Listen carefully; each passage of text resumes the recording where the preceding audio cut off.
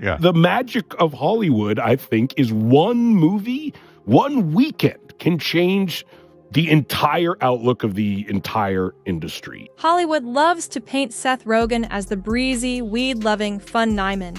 Yet everywhere he turns, a fresh cloud of drama seems to follow. Feuds with teen idols, awkward on-set walk-offs, and friendships that age like milk all hint at a darker edge beneath the easy laugh. Tonight we're lighting up 8 of his messiest moments.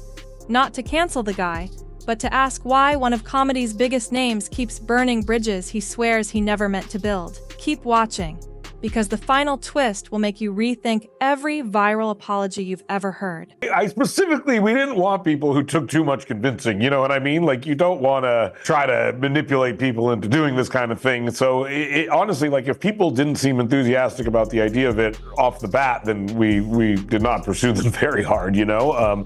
It was different for everybody. The Bieber blast. Back in 2014, Seth met a 19-year-old Justin Bieber backstage on German TV. Instead of a polite handshake, Bieber allegedly acted like Rogen should be grateful just to breathe the same air. Hours later, Seth fired off a blunt tweet. "Justin Bieber is a piece of shitty." He repeated the line on Howard Stern, calling Bieber obnoxious and insincere. The backlash was instant.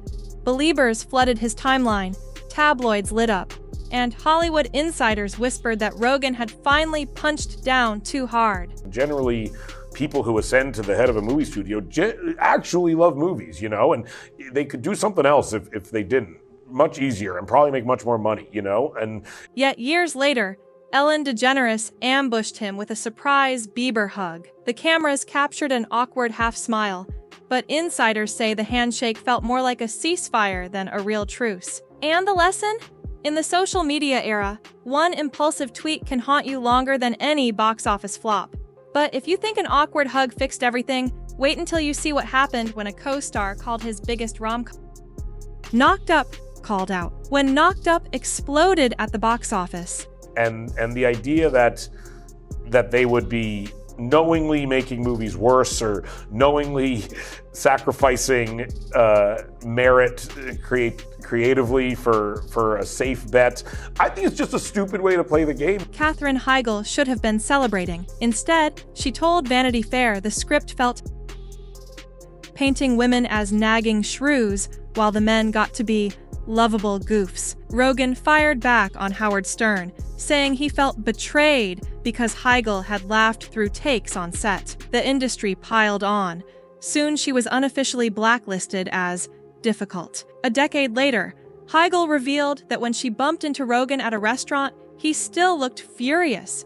You might be the person to course correct all of the Hollywood. And what's also funny about that is singular people have done that. Critics argue his public jabs helped silence a woman simply for critiquing a script, proof that off-screen drama can reshape a career faster than a one-star review. Yet, if Heigl's comments stung, the next star to object did something even bolder. She walked right off the set. Emma Watson walks off. During the apocalyptic comedy This Is the End, Rogen wrote a scene where a leather-clad cannibal drags Channing Tatum around like a pet. Emma Watson read the pages, shuddered, and bailed mid-shoot. I would not probably have a weed company. I probably wouldn't have made the movie Pineapple Express. I maybe wouldn't. Who the knows? I maybe wouldn't have conceived of a lot of the things I've conceived of over the years. Years later, Rogen admitted he'd given her no heads up that the gag would go that far, tweeting that she'd been put in an uncomfortable position and praising her courage for speaking up. Watson's quiet exit highlighted a bigger issue. Even A-listers can feel powerless when a director's comedy vision crosses personal boundaries. While Rogen framed it as a misunderstanding, critics saw a pattern. His humor often tests consent until someone says, stop. If a walk-off sounds dramatic, wait till you hear about the live TV moment that fans still call Rogen's creepiest move. You referenced earlier you don't have any kids. I do not. That has helped me succeed as well. Definitely. Really? Oh, yeah. There's a whole huge thing I'm not doing. Megan Fox says nope. Roll back to 2007, Jimmy Kimmel Live. Megan Fox glides on stage. Rogen steps up for what he later called the talk show Hello Kiss. With cameras rolling, he lunges, mouth open. Fox swerves, gently blocks him, and sits. Years later, Rogen watched the clip on Kimmel and cringed. It's creepy. I look weird. Exactly how I would be trying to do the same things I do in my life without shoes on or without my glasses on or without a jacket on. That is what it would be like for me to do it without smoking weed all day. Viewers applauded Fox for setting a boundary in real time. Rogen's defenders said he was following an outdated talk show tradition. Detractors called it proof he treats personal space as punchline material. But the weirdest boundary he's pushed wasn't physical at all. It was cultural.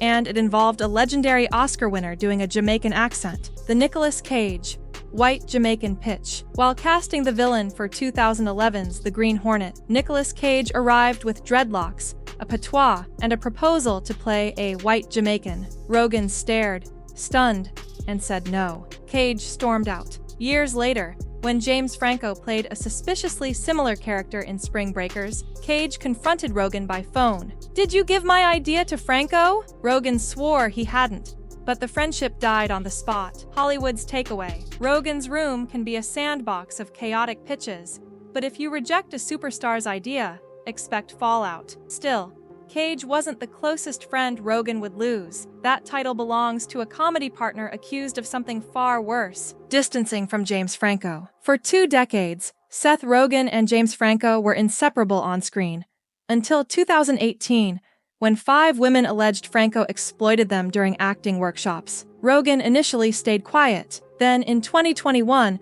told the Sunday Times he had no plans to work with Franco again. By 2024, Franco confirmed, "We haven't spoken." Fans applauded the split, but skeptics asked why it took public allegations for Rogen to sever ties with a man whose rumored misconduct predated the Me Too movement. Some wondered, does Seth only change course when headlines demand it? Before you answer, look at how he poked Silicon Valley this spring and nearly got censored in real time. The Trump joke tech didn't want April 5th, 2025, breakthrough prize ceremony.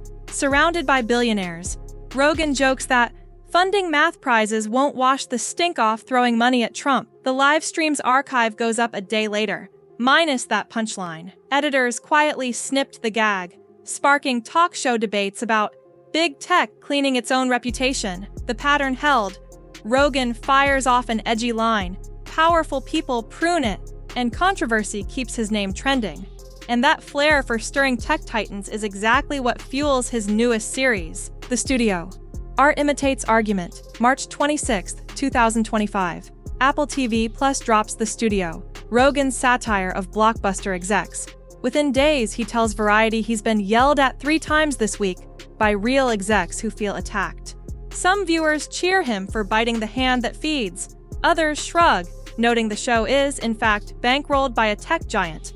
Either way, Rogen's gift for courting controversy is now the marketing strategy. Every angry phone call is a free commercial. So after 2 decades of drama, what picture really emerges? Let's zoom out. Conclusion. Seth Rogen's career is a paradox. The more chaos he sparks, the louder audiences laugh, and the more doors swing open. One day he's tweeting slurs at a teen idol.